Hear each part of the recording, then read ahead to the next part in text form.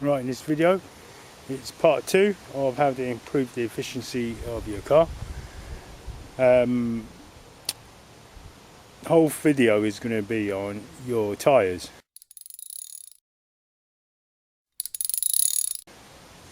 The tyre is the only thing that is in contact between your car and floor, any external object. So that's the only thing really. You've got the wind flowing past the car, but that don't count. The only thing that's keeping you safe and not sliding is the tyre, obviously. So the tyres need to be in good condition.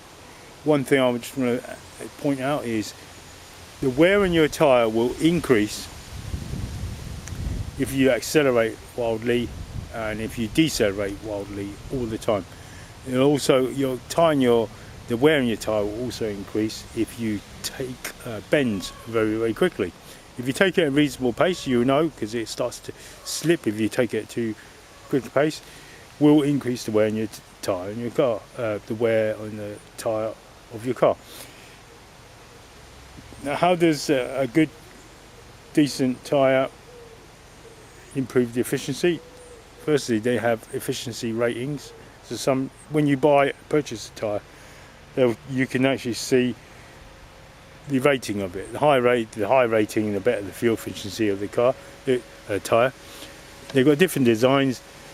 Some are made for rain, so rain tyres will not be all that efficient when you're driving on dry ground all the time. Likewise the other way around as well. However, what can we do to make sure that you are fully in contact with the ground? One of the things is, obviously, I said don't wear them down prematurely by driving in a non-common sense manner. Second though is it could be mechanical. You could have a tracking problem. Now, what do I mean by tracking? What I mean by that is wheel alignment. So if your wheel alignment was off, your car, instead of your wheels rolling forward, or if it was rolling in the plane it should be, it may be actually sort of going across the road sideways a little bit. It could be on one wheel only, going across sideways a little bit while it's moving along, and that will increase maybe wear on this side or the inside or the outside. Alright, if it was overinflated, it would tend to wear more on the inner part of the tyre. If it was inflated, it would probably wear more on the outside and inside. So what I like to do is I like to run tyres as long as I can. This has been going since these set of tyres since January 19, I think. So it's already two and plus years. I do swap my tyres, so this is going to help me gauge how I'm going to swap my tyres. I've drawn a picture. All right, front, rear. I'm going to measure the two inner plies. So on my tyre here, it really depends on what type of tyre you have. Looks like I've got two inner ones, two outer ones, and I'll be looking at these outer shoulders as well. The minimum is 1.6. If you feel along the rim, if you feel along the ridge, just there's a little bump. That's the minimum 1.6 point. All right, so you'll find it on all these ridges. It's not everywhere. There's one here. There's one here. All right, so I'm kind of getting close to that 1.6 really. It's still legal. Still legal. It's still good. I haven't got any uneven wear on this side. So first job, check for uneven wear on all four tyres. So this is the front right.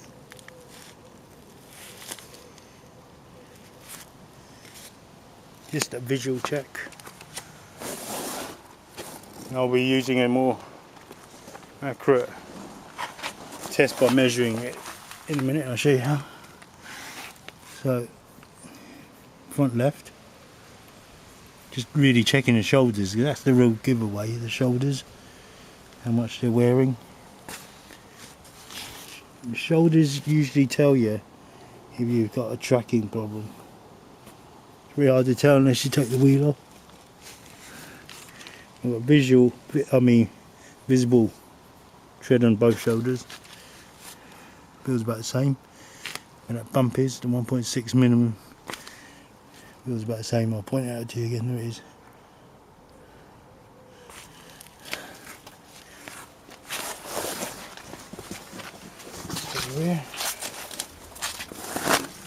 Rear left. It's about the same.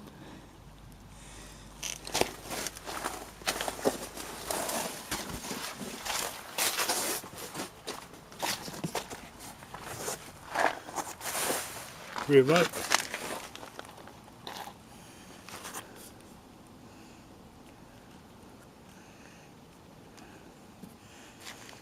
Okay. Front right.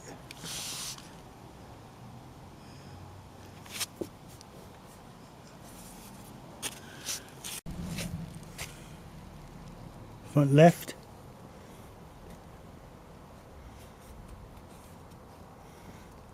As you know, do spend a lot of time especially when I newly get a car, adjusting the tracking on the wheel alignment and get it just right, and I usually just leave it.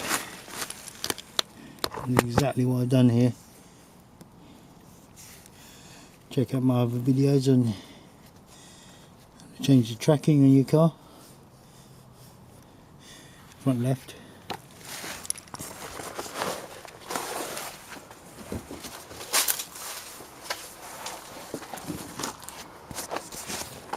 Now, a tyre in good condition will help you grip the road more.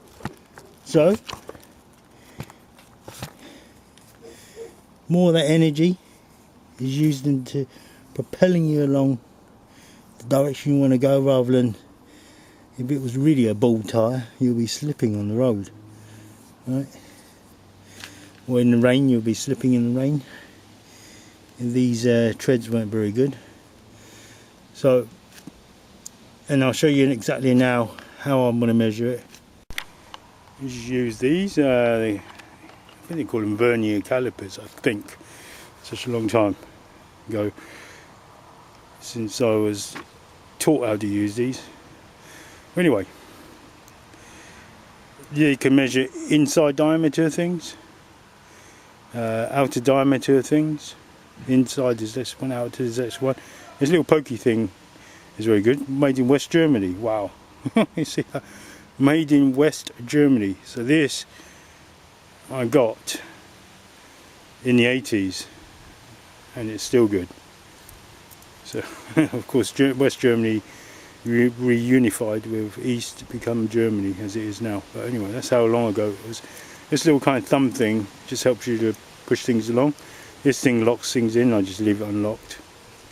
However, to read it is the awkward bit.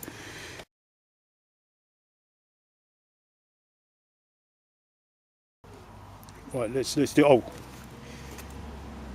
I use this to find the tyres tread depth. I'll show you how to do it. Right. I think because it's so awkward, I'm going to pull that out of the way. Just going to do it on one tread, and show you do it on one. So I've got 1, 2, 3, 4. 4 I'm going to measure. I'm probably going to measure this as well, the outside as well. So I'm going to measure the outside, probably right in the centre of it. 1, 2, 3, 4, 5, 6. 6 measurement on each. This is the rear right. What I do is open it up, like so, and I just find yourself a good spot, find the middle of the tread, and then just push on the top. Usually I just push on the top. Yep, it sits in there. That's it. So do that once again. Just widen it all the way. It's hard to do with one hand holding the torch as well. Right. So make sure it's perpendicular to the tyre, which means at 90 degrees there. I'm just pushing down. There we go. Look, see how easy it is. There it is. There's my measurement. Putting that prong right in the centre of the tread. So that's how I do it. And then just for this example, read it off. Where's it read? Now, to read these vernier calipers, you'll actually find that the bottom, they're not millimetres, but they're actually probably about 0.9 millimetres, and the top ones are, that's in proper millimetres in centimetres. So when it matches, when the lines matches, is exactly where it is. So if we look, we're at, there's 5 mil, 6, 7 mil. I would say this is bang on 7 mils. 7 mils, I would say. So let's do another one where it's not bang on. I've redone a few. Let's carry on. So we've done that one. Do this one.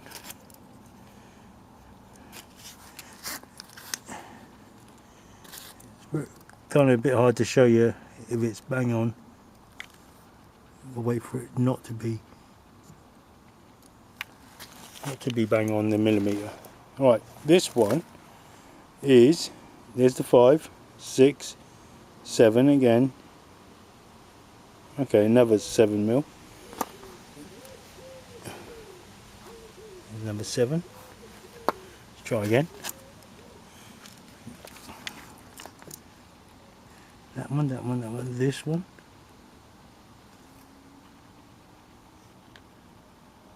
Let's push it down. Okay, this one's a little bit different. There's the 5. There's the 6. It's below the 6. So we know it's going to be 5 point something, but it's not quite the 6. I'm just going to vary this so you can see it. 5 point. Then we look along the bottom scale, and the top scale, where they match, and it matches on the 9th one. You see that? Bang on the 9th one. So it is 5.9. You don't read off the top scale anymore. That'd be wrong. You just wait till the top scale matches the bottom scale in terms of where the lines meet. So it'll be 5.9. That's how you use vernier calipers. I'm sure they're called verniers. 5.9. Yep, not quite 6. And the other ones are a lot more at 7, weren't they? Interesting. One more. We'll do one more. Middle of the shoulder. And I'll just show you the results of what I've done for all 4 tyres afterwards. There you go. You want to go that one, okay? That's that.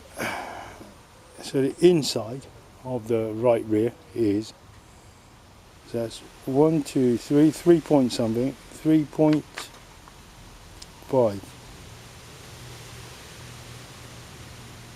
3.5. 3.5.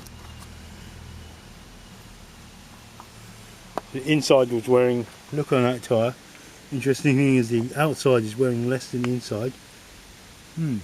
Interesting. Okay. So I'll come up with results in a minute for all 4 and we'll just. So here it is. I hope you can see that. Lay it flat, it'll be easy to see. So that tyre is my newer tyre because I had a sidewall fracture and I had to change the tyre. That's why these figures are a bit higher on the rear. Left. So look at these 3.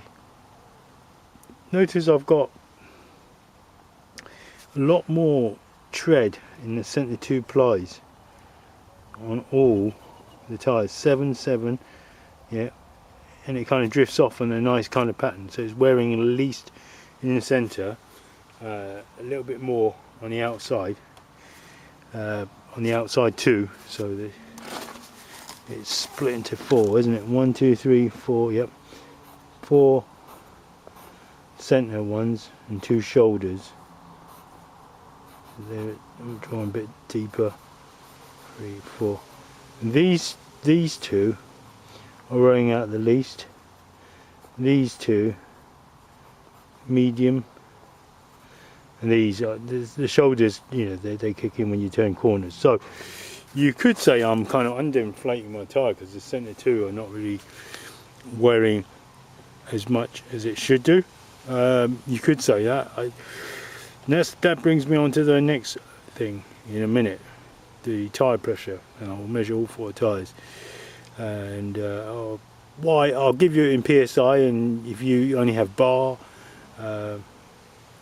you can judge it. You can take those numbers and convert it, because the scale I've got, the gauge I've got, reads both PSI and bars. Anyway, to do a tyre swapping, so they're on 6, upper 6s near 7s. This one's on the 7. I don't know the way this one's wearing out. 6s and 7. Okay, no, this one, these 2, alright. This one's on 7, near 6s, 7s and 6 point something. Alright, so this tyre is wearing better than this one. This one's wearing a bit odd, actually, this right rear. It could be the most underinflated. Oh, I know what it is. I tell you what, I do have most people sitting right there. I'm here, you know, my passenger always sits there. I wonder if that's got anything to do with it. However, it looks like, and if I'm going to compare the 2 front ones, which one's wearing more? 6.7, 6.9, 5.5, 6.5, 6.9, 5. That's quite an even wear on that left side front. And again, a bit of an uneven. No, they're about the same. So, next tyre swap, I'm just going to swap the front to the rear. That's it. So front goes to the rear, rear goes to the front. Simple as that. That informs me. Right, let's check tyre pressures. Make sure you get a good quality one. This one's a Michelin one. I can't remember how much it's cost me. It's probably, I could choose from something like £15 to, or like a 35. This could, this would be in a £35 one. So a good quality one will last you a lot longer. If you, I would say probably this is probably the same for all tyres, but usually check on the side of your door, your driver's door. There'll be a sticker on it and tells you exactly what tyre pressure you should put on. For mine, I usually keep it to the inside scale, PSI, pounds per square inch. The outside scale is in bar. Bar is a little bit harder to deal with because it's such a massive kind of thing. Like one bar is like 15 pounds per square inch. It's much easier to measure these things on a smaller scale, smaller incremental scale. I mean, so usually for the front, I usually have about 34. Or some might even get away with a little bit more.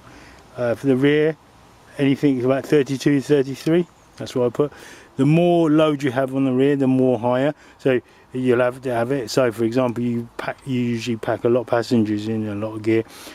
Have the rear at 34, the front at 34. Do it when the tyre is cold, well, ambient temperature. Ambient means the same as it is in the atmosphere. You haven't run it basically for a little bit. So I don't know. Let's see what this is. This is a screw-on one. Clip-on ones are good as well. It'll leak a little bit, of course. There it is. The rear is on 34, which is probably why I want it. So the equivalent in bar looks like 34 is 2.35. 32 is 2.25, so it's quite hard to do bars, but that's what it is. 34 bar is 2.35, 32 bar is 2.25 bars. So 30, just repeat that, 34 psi is 2.35, 32 psi is 2.25 bar. Alright, okay, that's it. That's the end of the video really. Tyre pressures, making sure your tyres are in good condition, you've not got odd tracking going on. That would really reduce your efficiency. If you're going, like every mile you're going forward, you're doing 100 meters sideways. That would make a big difference to your fuel efficiency. End of part 2 to how to increase your fuel efficiency. Tyres, general alignment really, wheel alignment. Thanks for watching.